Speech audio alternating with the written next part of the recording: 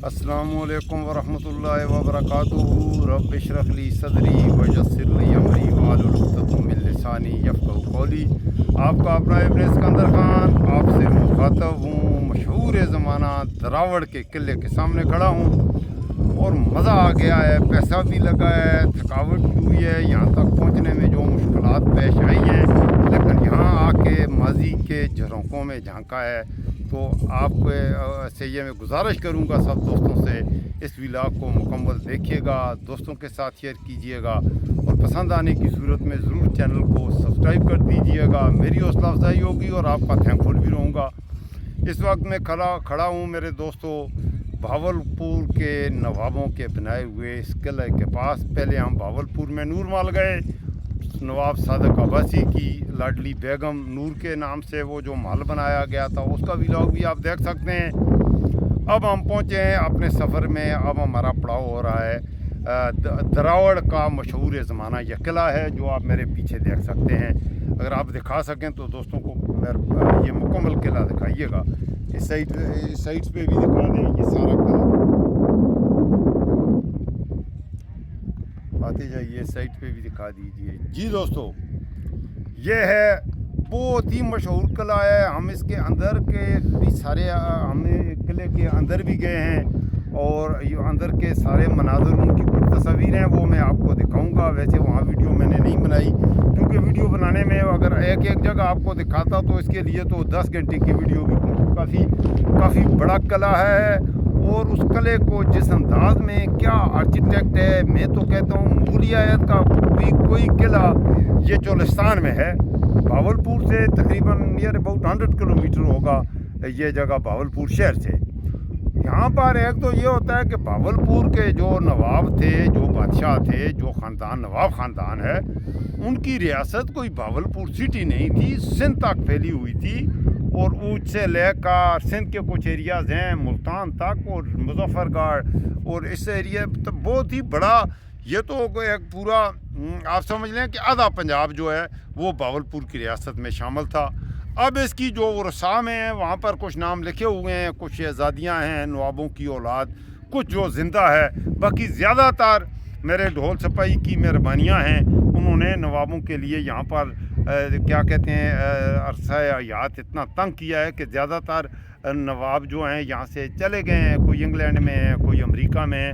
तो यहाँ पर हालात ऐसे, और इसका दुख भी होता है कि ये वो लोग हैं जिन्होंने ये भावलपुर के नवाब, अगर आप नवाबों की बात करें पाकिस्तान में, तो पाकिस्तान में सबसे बड़ी रियासत के वाली थे ये भावलपुर के जो नवाब थे। बल्कि दुनिया के पूरे सब कॉन्टिनेंट में भी ये सबको, इंडिया में सबसे बड़ा नवाब फैमिली थी, सबसे अमीर तरीन लोग थे ये। और इन्होंने मज़े की बातें, लोगों से बात हुई है, मैंने जो स्टडी की है, ये अपने अवाम को इंसाफ देते थे। इनके ज़माने में गरीबों की बच्चियां अगवा नहीं होती थीं। इनके ज़मानों में आज जिस तरह हमारे पंजाब की जो रवायती वडेरे हैं, ज़मींदार हैं, चौधरी हैं, जिस अंदाज़ में आज यहाँ पर मज़लूम पर जो जुल्म होता है, गरीब पर जो हरी है उस पर जो जुल्म होता है, तो तारीख़ के झरोकों में झांकें तो ये नवाब बहुत बेहतर थे। ये अपने अवाम को इंसाफ देते थे। ये अपने हरियों को अपनी रिहाया पर कभी जुल्म नहीं करते थे। और इसी वजह से यही बुनियाद थी इनकी तमाम तर, और आज भी उनका नाम बहुत ही इज़्ज़त और एहतराम से लिया जाता है। बाकी उनकी कंस्ट्रक्शन जो है, तामीरात, अगर ये किला है, इस किले को आप देखेंगे, मैं सब दोस्तों को दावत दूंगा। आपने लाहौर का किला भी देखा होगा, पेशावर का किला भी देखा होगा, और भी बहुत से किले हैं। इस किले को देखेंगे आप सबको भूल जाएंगे। अगर माजी की तारीख में झांकना है तो चोलिस्तान आए।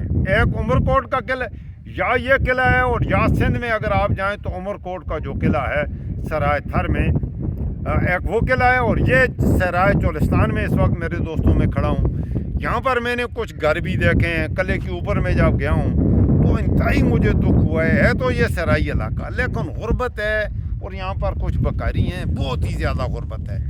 तो अब मैं, अगर मेरी ये वीडियो किसी हवाले से, अभी नवाब ख़ानदान के कुछ लोग ज़िंदा हैं और उन्हीं की ये वरासत है।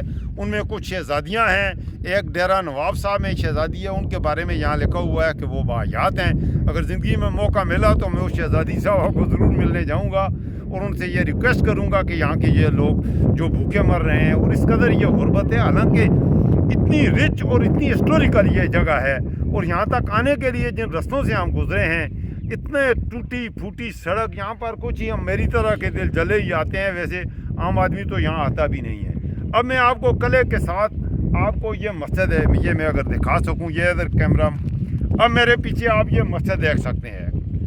اس مسجد کا بھی حسن، اس کے مقابلے میں آپ بادشاہی مسجد کو چھوڑیں، کسی کو بھی آپ یہاں آ کے ان مساجد کو بھول جائیں گے۔